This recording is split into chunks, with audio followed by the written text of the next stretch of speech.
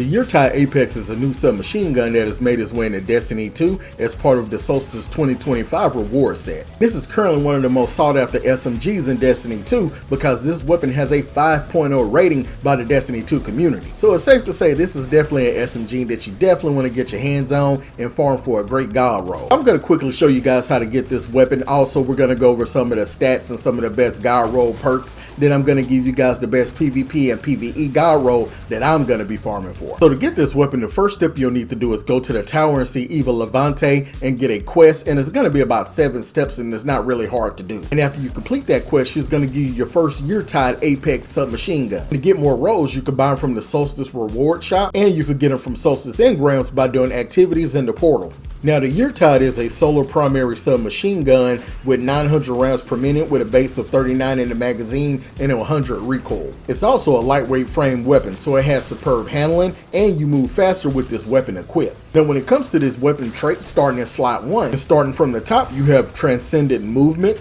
You also next have recycled energy.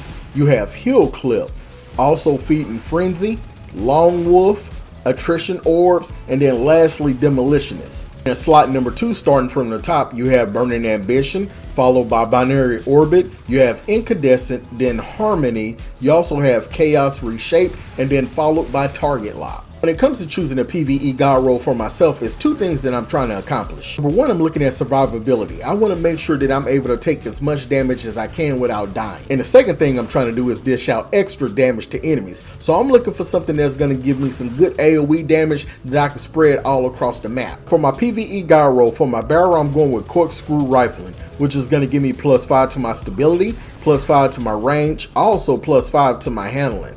Next, for my magazine, I'm going with ricochet rounds. This is going to add +5 to my range and give me +10 to stabilities. Also, my rounds are going to ricochet off hard surfaces, so I'll be able to hit more targets. For my first trait, I'm going with enhanced heal clip, because what that's going to do when I reload after dealing a final blow is going to grant cure to you and nearby allies. Now, you're going to have additional time to perform the reload, so when you're finishing a reload within 5.3 seconds of a kill, it's going to grant you cure ×2. Now, it's also going to grant you and your allies cure ×1 if they're within 15 meters. So you're going to be able not only to help keep yourself alive, but you're going to be able to help your teammates as well. If you don't want to roll with that trait, demolitionist and also attrition orbs are really good for that enhanced trait. My next trait, we're going to enhance burning ambition. So dealing sustained damage more quickly scorches the target, and dealing damage to a scorched target inflicts more scorch. So when you score multiple direct hits within 3 seconds, it's going to cause the next direct hit to scorch all the targets in the surrounding area.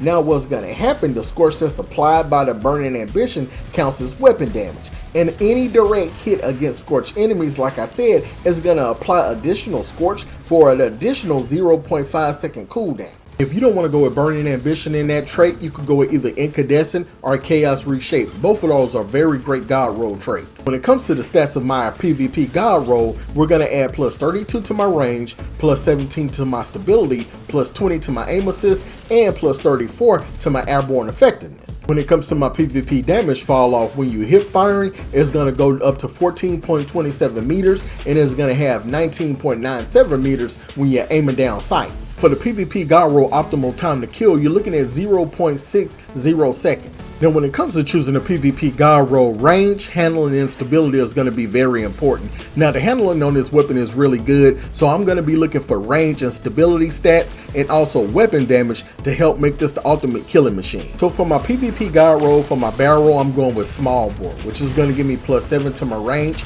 also +7 to my stability.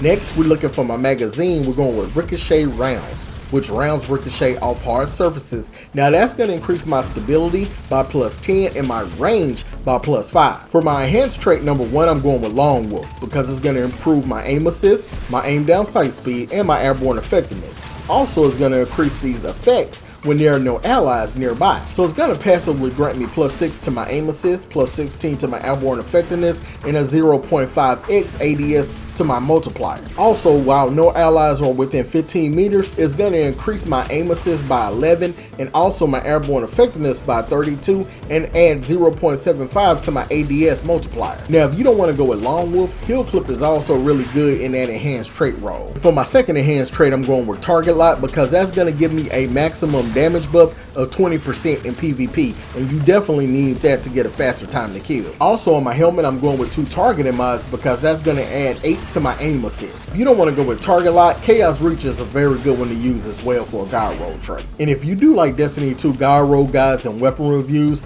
I would suggest you watch this playlist next. Also, don't forget to like and sub. You guys have a blessed day. Peace.